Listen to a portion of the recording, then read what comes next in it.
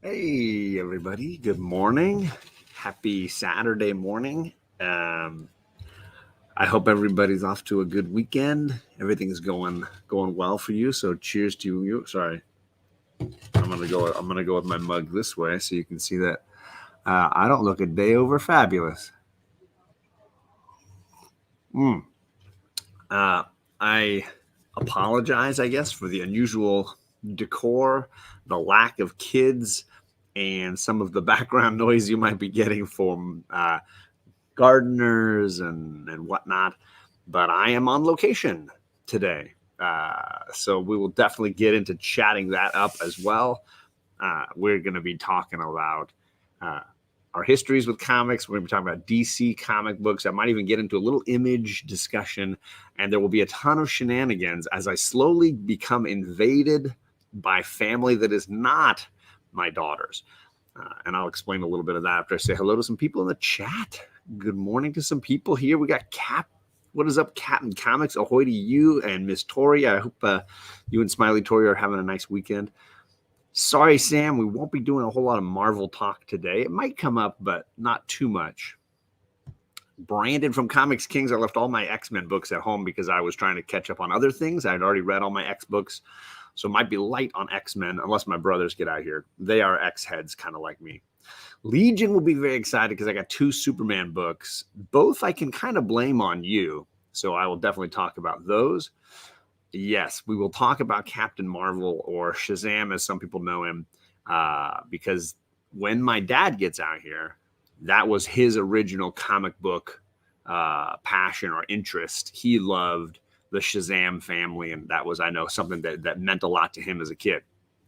Simon R., what is going on? Hope you and Ariel are doing well this morning. What is going on? Ruben from White Tiger Comics, what's going on? Old Wolf is saying, good morning, everyone. John, you and the girls put on a show, listening to the background. Hopefully the girls won't have to carry you as usual. No, they are. They've got soccer and time with mom this weekend because I am away. I'm in Palm Desert, California with my dad and my brothers, and I'm sure they will make some shenanigan-like appearances here soon. Thank you for the super chat right off the bat, Old Wolf. So let me drop some branding here for you. Mr. Old Wolf in the chat already going here. How about this one?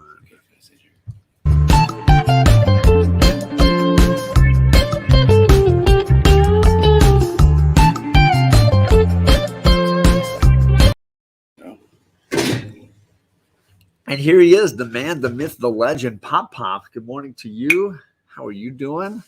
Doing great. So I got the intense glare on you there. I was gonna sit there because I don't know. With my head, it just reflects off the top of my head. So good morning. Thank you, Old Wolf, for that. We also got, oh my gosh, the chat jumping on me. We got Bearded Comic Bro. What is up, Greg? We were talking about you last night. My dad's saying he misses the movie talks that we were doing for a while there. I do. Ignacio, good morning to you. Hello. What is up, JD, Ragin' Cajun? Good to see you, my man. Alec from White Whale Comics, my homie. What is going on? Comic Man Andy, good to see you. I was watching your live stream the other day. Hope you're doing well. Yeah, no girls, lots of boys, though. Lots of boys today. We got Battle 66 Delta. Good morning to you. I hope you're doing well. Let's see here. He says, oh, yes, family golf time. Hi, Pop Pop and the brothers. That's right.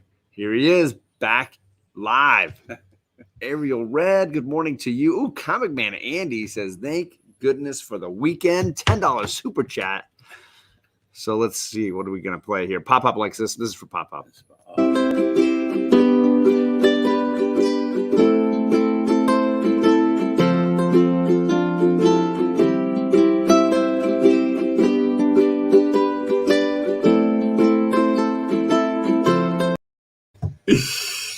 Yep. That's one of Pop Pop's many golden retrievers that they've had here over the years.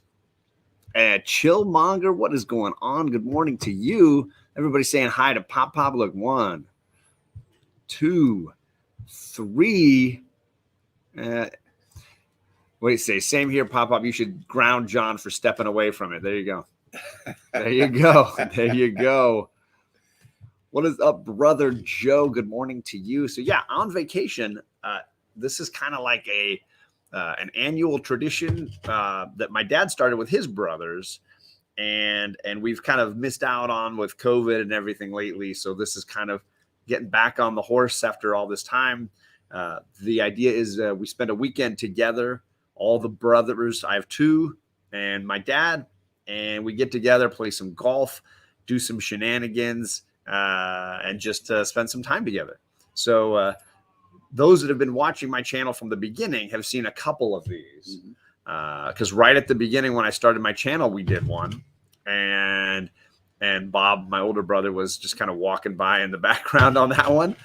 Then I think it was 2 years ago, the last one we did, we were in the living room and my brothers were coming in through and you were cooking egg sandwiches, I think. Right, yeah.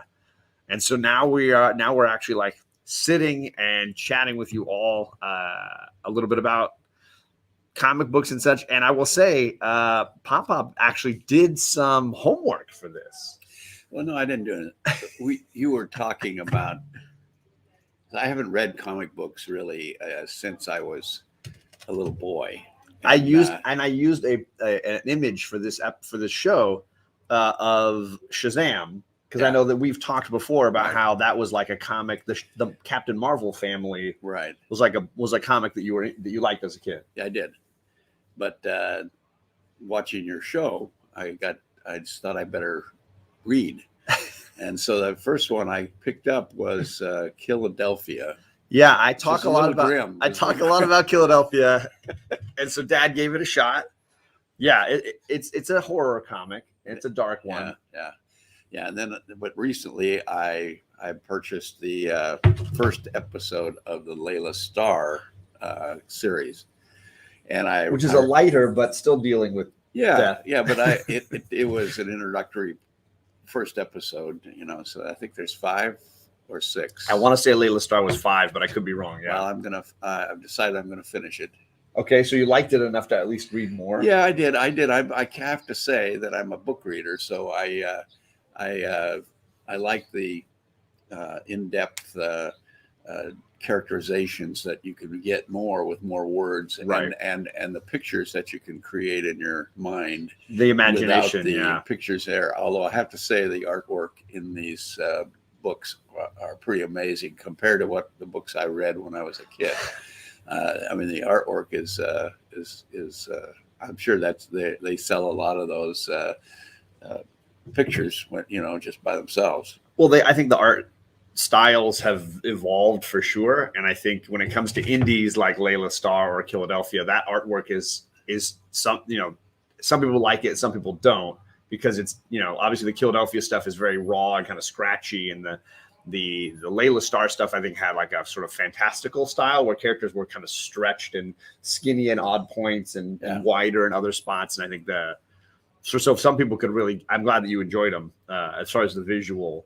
Yeah, I didn't go on with the Philadelphia story, but I'm going to finish. I wouldn't have picked it as like your first foray into independent comics, which is funny because I did bring 3 graphic novels that I would have recommended ahead of Philadelphia for you. For them, we can spend some time on those. So we'll definitely get into these for sure. Just Rican is here. What is up, Rod? Good to see you. I hope your weekend is going well. We got Dave Collects. What is going on? Happy Saturday to you. Chillmonger says, does Pop read X-Men? I don't think he's ever read any X-Men comic books, right? I haven't, no. Yeah, because that came along a little after, because you were into Captain Marvel. And Superman and Batman and, those. The Justice League kind of guys. Yeah. I had a window of about 5 years, I think, in my life. Like a lot of kids do, I think. Yeah, and I'd go down to the drugstore and they had this magazine rack, and I could sit on the floor there, and all the comics were on the lowest levels, and so I would sit and read until they threw me out of the drugstore because they wanted me to buy them. Perfect. Yeah, because I remember the spinner rack in Pine Top, Arizona, when we would visit Grandma's place, and we could walk down to the Circle K and spend some money and get some comics off the spinner rack there too. And I remember doing that and reading a ton from there. Hey, John, do you think Pop would enjoy Shazam by Jeff Smith, The Monster Society? I've never read it, but I do like Jeff Smith, the artist writer. I think he does some really interesting stuff. I feel like you're getting blown out. I feel sorry for you, the background over there. You. Well, I wore a white shirt and I have you're blending. Reflective forehead. So and I'm all in black. I'm like all in dark.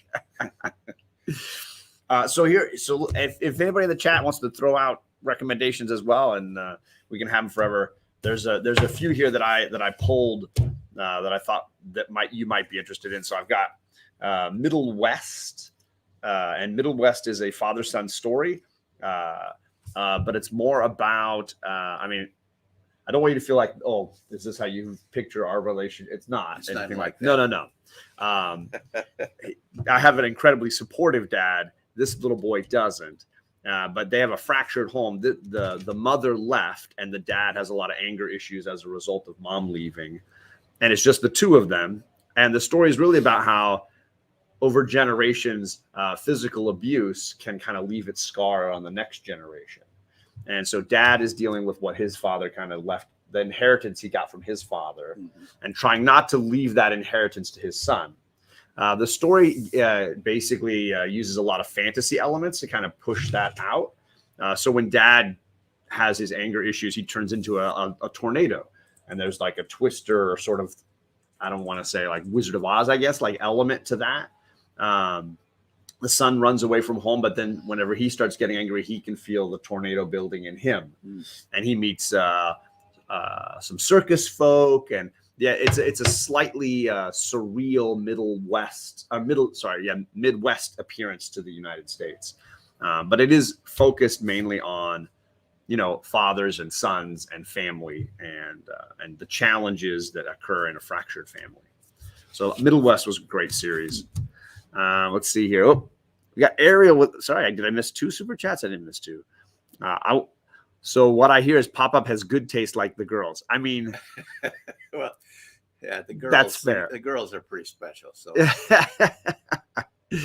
let's see. I saw DC reprinted that Shazam in a trade. Okay, so nice. I've mainly read the Jeff Johns run, which is what they based the movie Shazam on, which is an update, not the classic Captain Marvel, but more like Shazam, right? And Ariel says, little donation for the family time. Thank you, Ariel. I appreciate that. I know that you like the dolphin laugh, so let me get the dolphin laugh here for you. Ready?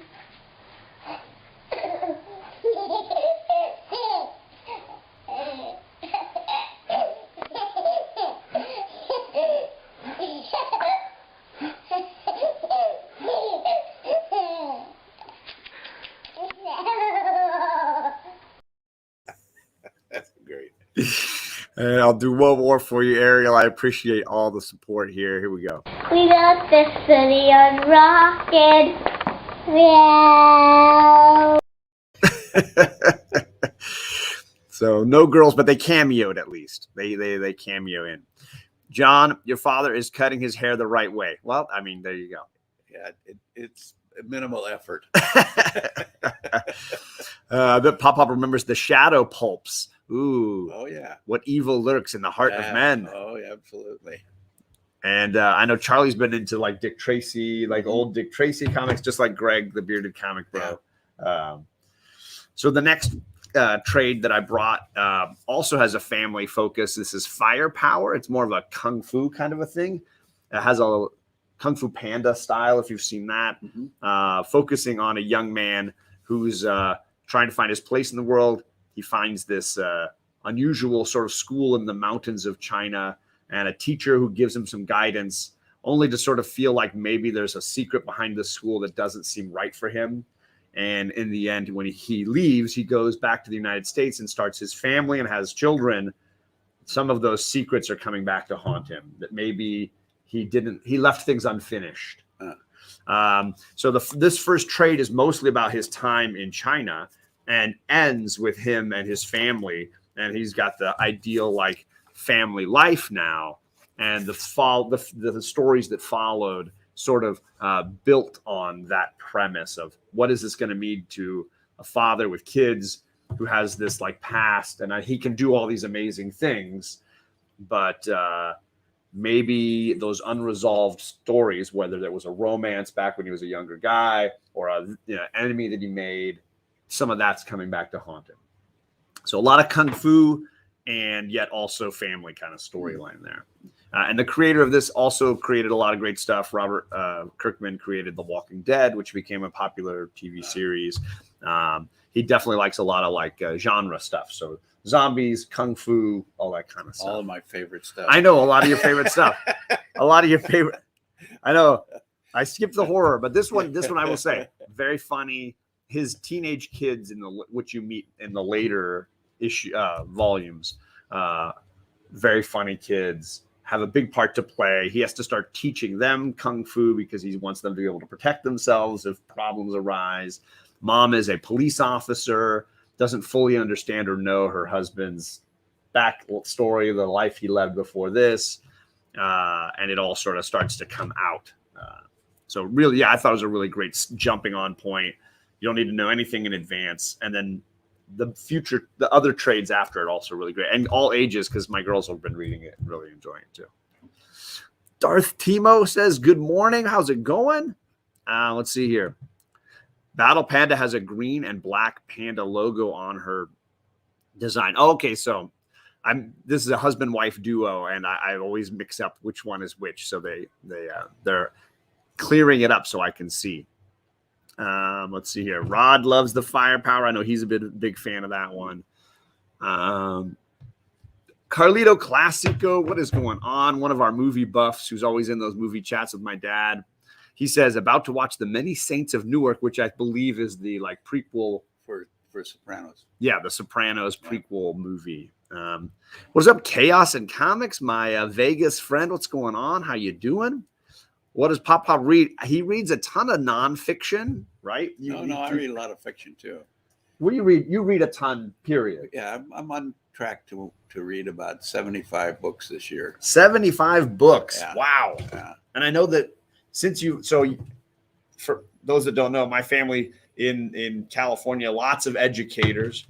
My dad, a teacher, assistant principal, superintendent. You've done everything. Everything I could. So reading has always been a big part of your life. Yes. Yeah, I was an avid reader when I was a young boy, and it's just carried on to today. Now I have more time to read.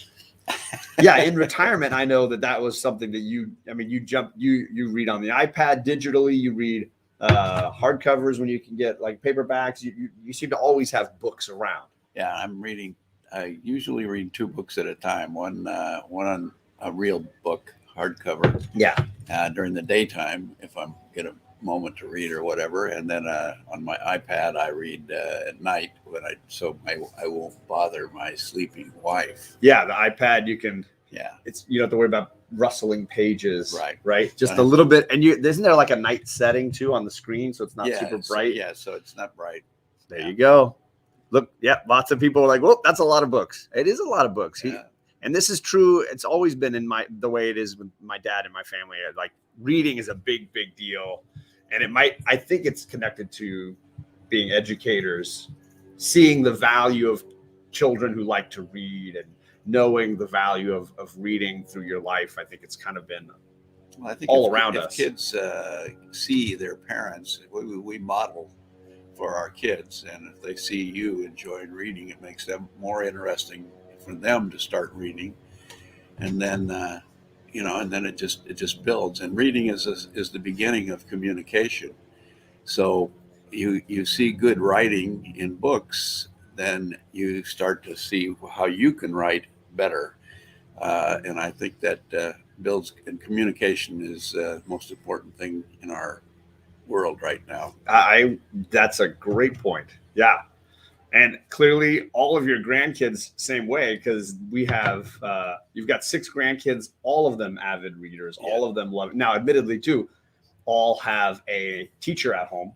Yeah, they do. Lots of teachers in my family. Yeah. So that idea of valuing reading and reading education, I think, has always been a big thing in our family. Yeah. So 75 books, tons of good reading. Are there any authors that are sort of favorites of yours where when they drop a new book, you sort of put down whatever you're reading, make sure you get that book. Well, I have a, you know, the candy book kind of time. Well, yeah, no, where, I'm not. where a Lee Child's book or something like that comes out, you can read it. It doesn't all have to you be. can read it in about 3 days. Yeah, it doesn't all have to be Dostoevsky, right? No. There are strata of like, I want something that's popcorn entertainment or whatever. See, there's Bob, like I told you, my older brother. Shenanigans already. This is how he joins. Yeah, it doesn't all have to be great literature, but it could be entertainment. A lot of it is. So you're saying Lee Child, the creator of Jack Reacher, right? And then I will go back to my favorite author of all time is John Steinbeck. So I will reread books by John Steinbeck that I read when I was young in high school and in college, and they still resonate with me today. Of course. And then I'm reading some nonfiction, like I'm currently reading that Bob Woodward, Robert Costa book called Peril, that is about the end of the Trump presidency and the beginning of the Biden presidency and all that went on in that chaotic time frame. And so, you know, I mean, I just you balance. I do feel like you have quite a diet of reading. I read the book reviews every week, every Sunday in the newspaper, and if I find something that triggers me, then I just go get it. I mean, why not? Because this is that time in your life where you should be finding all these kinds of things. Because I know you're for Christmas even. There's been a lot of years where you just bring out a whole set of books, and all the adults get to choose some books from Christmas. Because you are always finding new things and things that either you want to read or have read and want other people to enjoy as well. I do. So I've always been super impressed by that. The amount of reading. Let's see here. Oh, I got to scroll back. I missed a bunch of people here. We all need to make more time for reading, Carlito. I totally agree with that. Carlito says he prefers historical biography, nonfiction kind of stuff. Chaos says, I normally have one on paper, one on Kindle, and then listening to one because it's hard with toddlers. That is great. That's true. I definitely understand that problem. Is there a favorite book or author you can read over and over? Yeah. So he mentioned Steinbeck. I will say I generally read certain things like Dickens' Christmas Carol. I read that almost every Christmas. For me, that's one that I've reread, I would say maybe even 10 times now. But it's a short book. It's not terribly long. And for a Dickens book, there's not many that come in that short package. What is up, Ariel? Air Spider, what's going on? Hope you're having a good morning. There is a small comic community contingent here, not like Portland, though. Yeah, I mean, you have a small group in Vegas. Definitely, there's definitely a crew. What is up, Travis, TM Nerdy, one of our Canadian homies? Good morning to you. Mars, good morning to you. Steinbeck is way up there for Chaos. He agrees on that one. Big fan. It's unfortunate that teachers don't reside temporarily with the families of the children they teach back in the day. Yes. And it's funny because we have an ancestor who was a one-room school teacher. Right. Yeah. Was it Colorado? No, it's Washington State. Washington State. Yeah, she was in this little one-room, I guess, log cabin schoolhouse. It looked almost like the church they would use on Sunday, but was a school during the rest of the week. It had almost like a pew kind of setup. Yeah, and she had all ages of kids, and you had that picture where you could see like high school down to like kindergarten. Yeah, almost. Snow up to the door of the building, and then her out in front with her array of students. It's one of my favorite pictures. Was this your great grandmother? No, my grandmother. Your grandmother. Yeah, she was young, and she didn't stay there her whole life. No, she had to come down to Long Beach and meet my grandfather. It was important that she continued on her journey, but still kind of cool as far as historically how that connects. Air Spider says, if my daughter sees there's a kid-free version of this show, she will Hulk smash. Sorry, but I'm playing clips of them with whenever I can. Yes. I'm sorry. Sorry, I know that I am a poor replacement for the girls. No question about it. I love Of Mice and Men. I have actually never read Grapes of Wrath. Of course, seen the film. Never read Grapes of Wrath, but love Of Mice and Men. That's a powerful book. Yes. Old Wolf says, John, you're at that age. John just called his father old.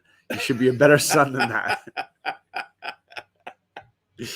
Carlito says, my dad is on par with you. He's probably read the Gettysburg books hundreds of times. There you go. John, have you read Confederacy of Dunces? I live it. This weekend. No, I've actually never read Confederacy of Dunces. A short Dickens book is 1,000 pages, but just 8 sentences. I mean, that's fair. That is very fair. Some Hemingway love from Battle 66. Absolutely. Great writer. Ariel says, wow, one-room schoolhouse. My dad went to school in one of those. Nice. Salinger fans. There we go. Yeah. There you go. Oh, Battle Panda drawing a $10 super chat. I appreciate you doing that. And you're getting to see the tree that created the seed that created the girls that everybody values here. So let's drop some branding. Okay, so people want more of the girls. How about this one? Party for myself. I'm having a me party, and I need nobody else. Or some sliding girls. Yeah.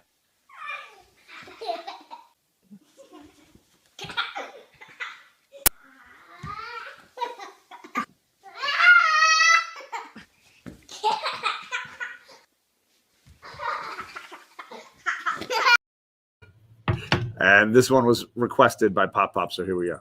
No, well, now they know. Let it go, let it go. Can't hold back anymore. The cold never bothered me anyway.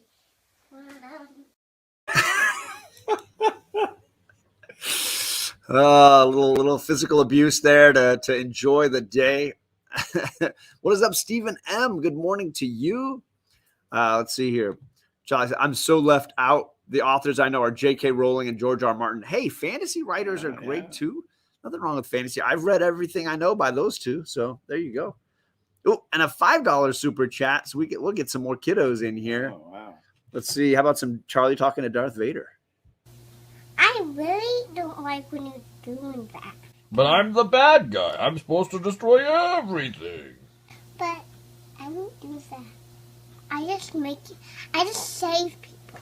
And I make stuff for them. I don't think that sounds very evil. And how about some hula dancing?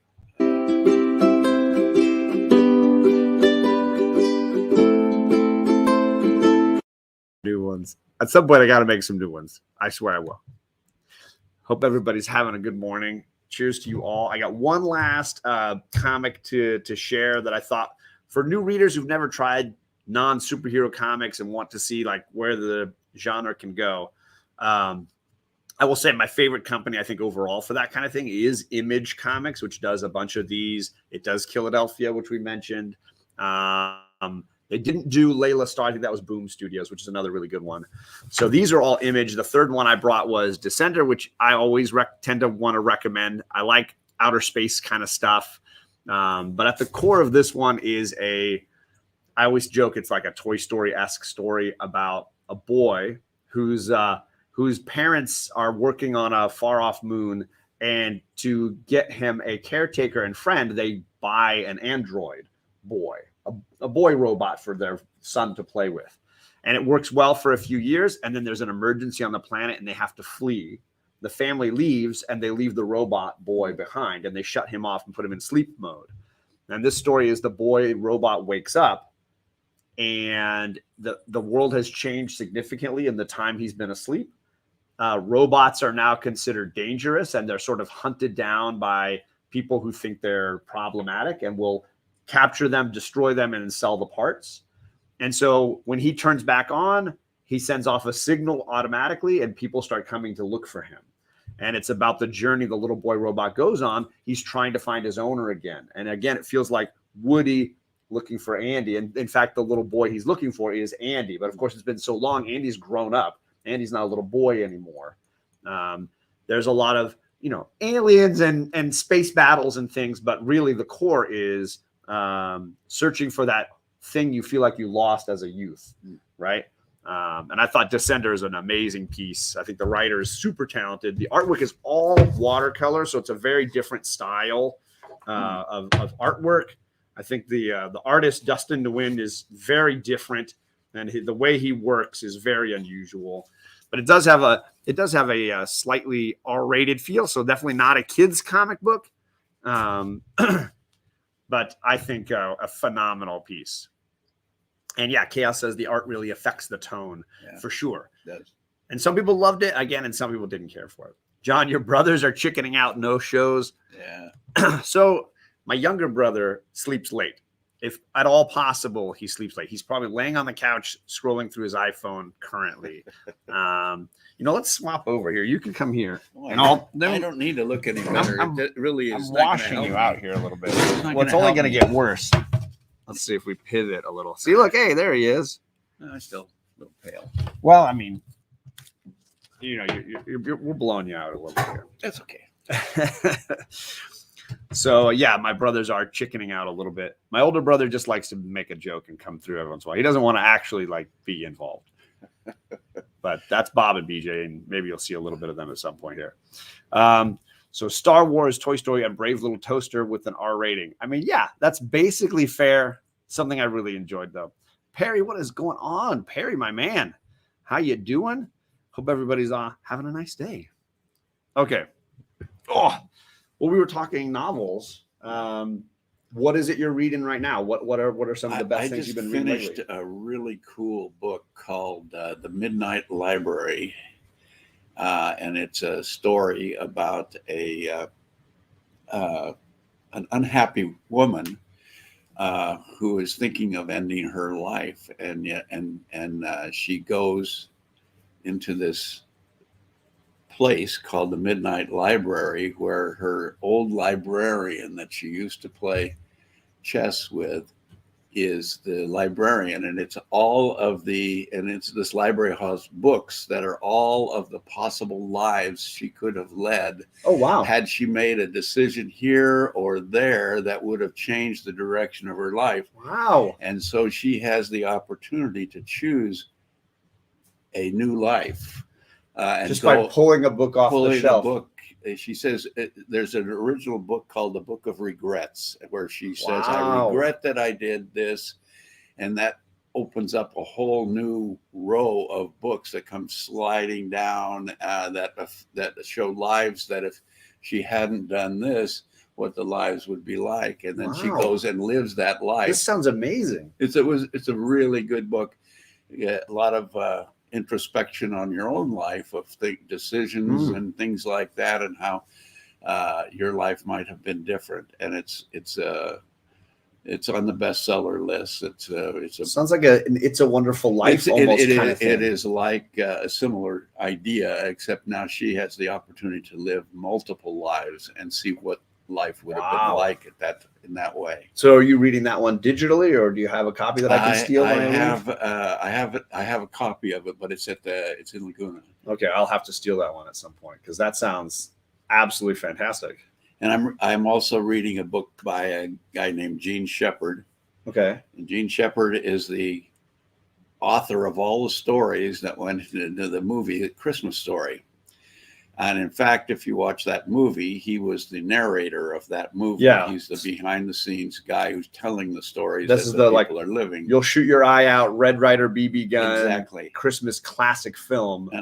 And weren't those published were they short stories or like newspaper magazine articles? They were. He was a writer for short pieces in New Yorker, I believe, and a couple of other magazines back in the day. And they're basically stories about his childhood and growing up in Indiana is where he grew up. And so they took a bunch of his stories and put them in and they made the movie from those stories. But he had a whole lot of other stories. And so I found, I have a website that I look at that gives me reduced priced on books, like digital download kind of things, or actual either digital or even real books. Do you want to promote the site? Can we? Well, the digital one is called Sorry, I didn't mean to put you on the spot. Yeah, no, I Sorry. know. Well, at my age, I can always- you can't remember yesterday. The cool thing about the rewind is I can always go and put the link in the little description under the video late after the video's over. For you, Yeah. I've got 2 sites. So I I'll have put a 3 few sites. links. I'll try to put those in later on if you guys want to check back in for those. Oh, did I miss it? I didn't miss a super chat, did I? Oh, I did miss one. An absolute great honor, Sir Pop Pop. Outstanding way to start the weekend. Well, you see where the girls get it, right? You see where the girls get it. So here, let me play some. Which ones haven't we done with the girls? Haven't done this one.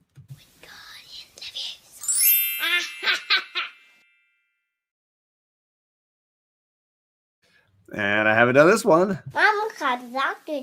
The doctor said, no more monkeys jumping on the bed. Don't let monkeys jump on the bed. Oh, And I think, let's see, do I have another one? Oh, I haven't done this one. We have to make friends, and do you still know how to make friends? I've never had any friends. Well, you have robots. You do have robots. Robots are as good as friends, right? Yeah. Midnight Library sounds like a famous Julio Cesar Borges story called The Infinite Library. Ooh, oh, maybe there's a relation. yeah, could be. Her alternate realities are cataloged in a library for her to choose from, right? Yeah, it sounds Yes, amazing. Yes. Let's see here. The concept of the library as a multiverse is something I'm going to steal from my role-playing game. There you go. Hey, go for it. Go for it. Let's see here. Did I miss anybody else? I'm sorry if we're missing you. Oh, there's Bob from Everything Comics. What is going on, Bob? I'm hoping that you're doing well, man. Let's see here. Old Wolf says, John, asking your father what sites he goes to, talking about putting him on the spot. Sorry. I was just trying to help out. That's okay. I have this memory issue. As you get older, you can't remember stuff. I have that often myself. Yeah. So I don't know if it's an age thing or just a life thing. It seems more advanced at this point. So Midnight Library sounds great. What's the name of the book for the Christmas Carol Gentleman's collected set? I've got it in the other room if you want me to go get That's it. right. His name is Gene Shepherd. Gene Shepherd. Jean Okay. Shepherd. So And, people can look up him as a writer. There's a and find lot of his book. stuff. He had a TV program on PBS that was called Gene Shepherd's America. Yeah, you mentioned that And yesterday. he would travel around and really focus on certain things. And the one we were talking about last night was he did one episode on beer. Yes, which And you said so- you found on YouTube. Yeah, You could watch find Gene some of Shepherd's Gene America Shepherd stuff beer. on YouTube. Yeah. And you said it was about like how they make it and sort Yeah. of his connection and history to it. Yeah, he would go and you get an in-depth at a brewery, and the photography was very interesting because you saw this golden waterfall and stuff like that going on. So it was pretty cool. How long were those shows? How I like think the they were. episodes? I think they were about a half an hour. Okay. All right. Well, cool. So you can find some of his stuff there too. And Olaf says that PBS show was cool, so he's seen it. Okay, He's watched it. Yeah, it was a good show. He was a very talented guy. So there you go. So that's what you've been reading lately. Those are the novels you've been reading lately. Those 3 actually. I mean, because Gene Shepherd I'm reading now after the Midnight Library, and I'm reading the Peril book. Oh, you're still finishing the Peril book. Yeah. Gotcha. Okay. Well, here's some of the books that I've been reading lately. I got a few comics here that you share. And for the DC fans, I've been reading a few DC books. So you mentioned Superman. They've started a Superman 78 comic book based off of what was going on in the original movie. So you can see they got a Gene Hackman kind of Luthor. They've got a Christopher Reeve-esque Superman. The costumes and everything are done in a sort of retro style. And they basically say like, hey, if they could have continued on with that sort of universe and those characters, like what would that have been like? And so they, they've got the actors portrayed as similar Margot Kidder-esque Lois Lane and all that kind of thing. So I actually been enjoying this. This is kind of definitely a nostalgia kick for me, and reminds me a lot. I mean, you can't help but hear Gene Hackman's voice or Christopher Reeve's voice. And I do kind of like that they're able to then almost, the special effects are a little dated for those films, of course, but when you do it in a comic book, there's no you don't have to worry about putting Superman on wires or any of that. Yeah. They can go to another place and certainly bring in a lot of characters that maybe they couldn't have done without digital effects back then for whatever reason, the way the character looks or their size or whatever. So I thought that was kind of fun. I actually liked the first 2 issues a bunch. I might continue to read that one. And then you mentioned Superman earlier, and this is a Superman book I'm reading as well called Son of Kal-El, which is about Superman's son, which you probably would have called Superboy probably back in the day. Yeah. And in this storyline, he's taking over the mantle. Dad is going off into the universe to solve some huge cosmic problem, and the son is sort of taking over as Superman and trying to find his identity and how he would be Superman. Now, my recollection of Superboy comics when I was a kid was that this was before he became Superman. Some of those were like Superman's son or like his junior, like Superman Junior. But yeah, there was a Superboy comic where it was seeing him on the farm, he was learning about his superpowers and things like that. Yeah. Yeah. So this is actually Superman's son with Lois. And what I like about this one is very political. Superman and Lois never got together when I was a kid.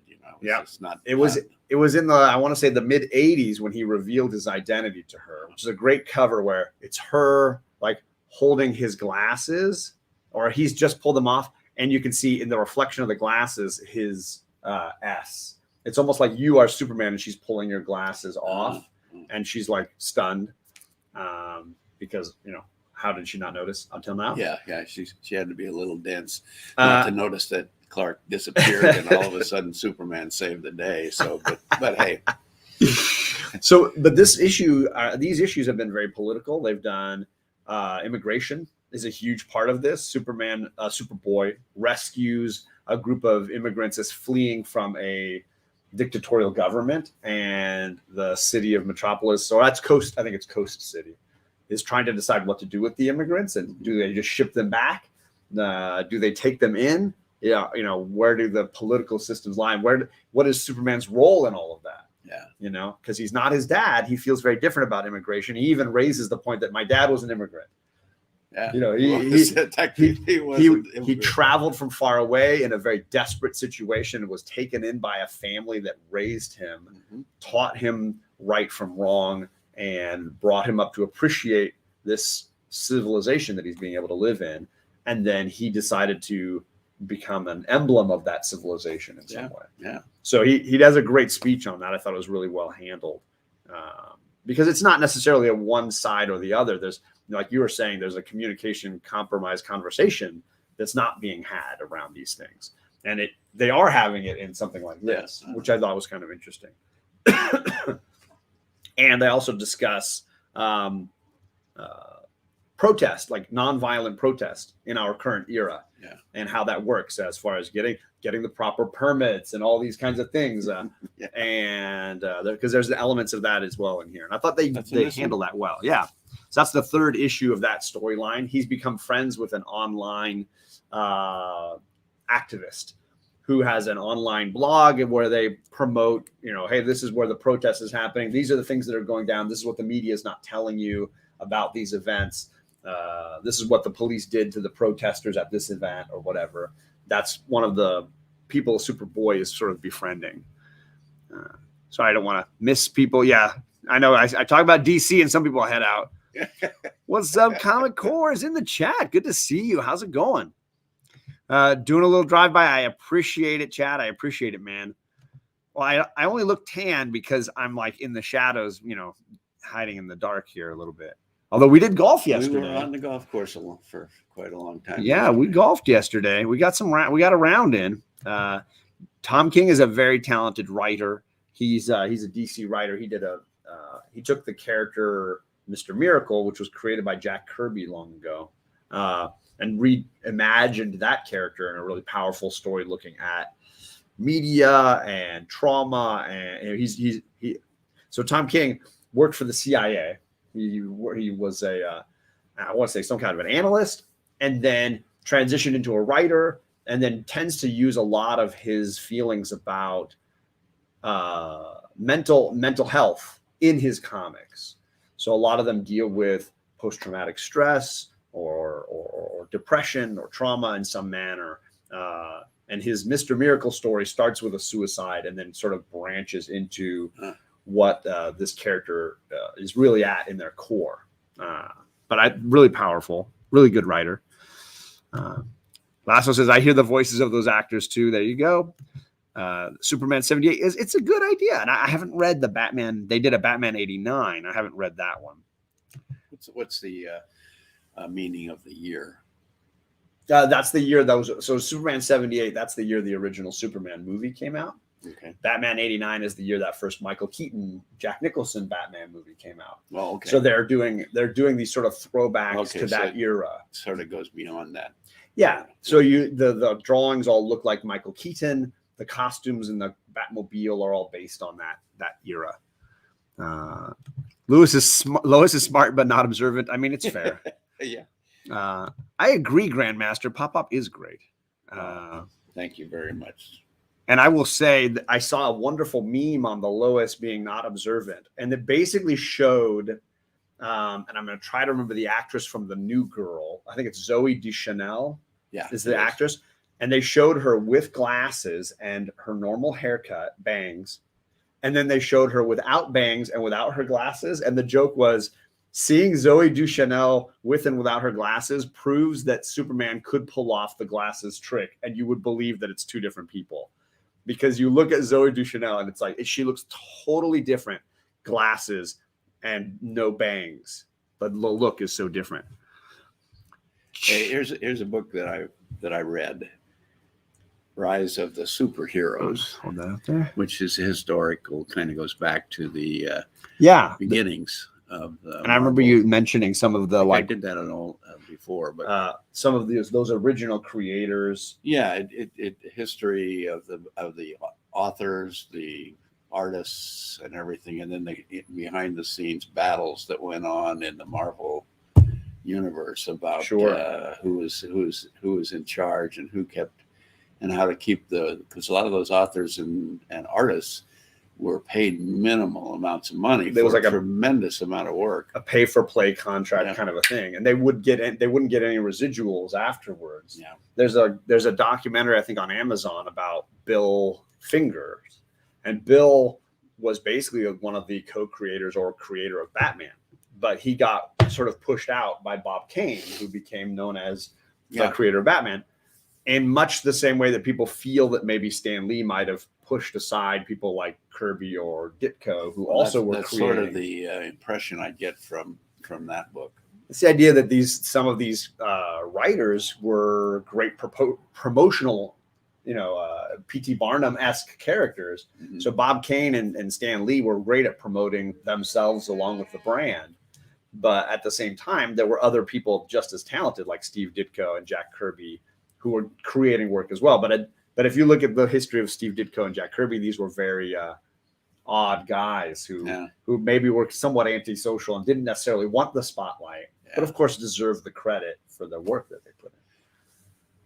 Yeah, it looked like they worked in, at least in the Marvel early era, they worked in this large, almost like a warehouse room, and they were in little cubicles, and they were creating all these great characters, but they were treated sort of poorly, like cattle in some way. Yeah, right.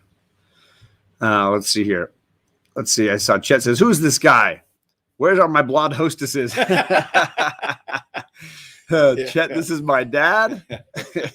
Yeah, sort of good a to see you, Chet. Sad replacement. Say he's the indirect creator of the hostesses. Oh, so good. Dell says, Rise of the Superhero is something I would read. There you go. Yeah. There you go. Brother Joe, the real American hero. He is here. Brother Joe is rolling through. Let's see here. Ditko and Stan Lee's families are currently suing Disney. Yes, there is some of that going on right now. Pulp Fiction cubicles, cranking out stories. I mean, there you go. So, I think there's been a lot of discussion about those eras and how those things worked out. I've read some things on Kirby and Stan Lee, and then that documentary was really enlightening on the creation of Batman, because I'd always everything says, Batman created by Bob Kane. Like Bob Kane's logo is on everything. Right. He was such a great promoter. But that documentary really shows how much Bill Finger did, because then not only did he help with the basic creation idea, but he ended up being the head writer on Batman for, I want to say, more than a decade, and doing a ton of work before sort of being pushed aside and not getting the recognition. So I thought it was a very interesting look at his place in history, because it took a long time before he even got credit in the movie. So whenever there'd be a Batman movie now, I think they include Bill Finger's name. Terry Vaughn is here. What's going on, Terry? A working comic artist doesn't have a lot of time to go around promoting anything. I mean, that's very fair as well. True. That is very, very fair. And that's one of the things I like about Image Comics as well, is it was started with the concept of creators owning the rights to their creations. Yeah. So this was in like the early mid 90s, and huge artists of the time, guys like Jim Lee, Rob Liefeld, who was doing like Levi commercials with Spike Lee. These guys left Marvel, where they were making a little bit of money, but making a ton of popular comics, started this company Image and created a whole bunch of new characters, and then built it around the idea that you would retain the rights for promotional materials or movies or whatever.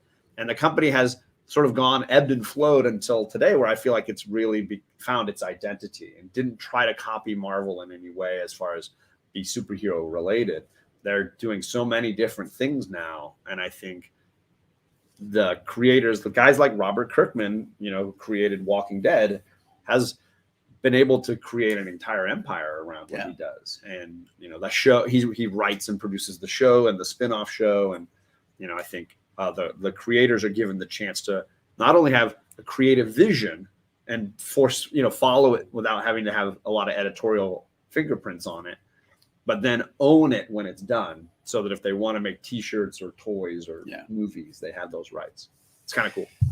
I have noticed that the price of comics has gone up significantly from when I was a child. As I recall, they were like 10 or 12 cents for a comic book, and now $3.99. I was going to say, I've got some 40-cent.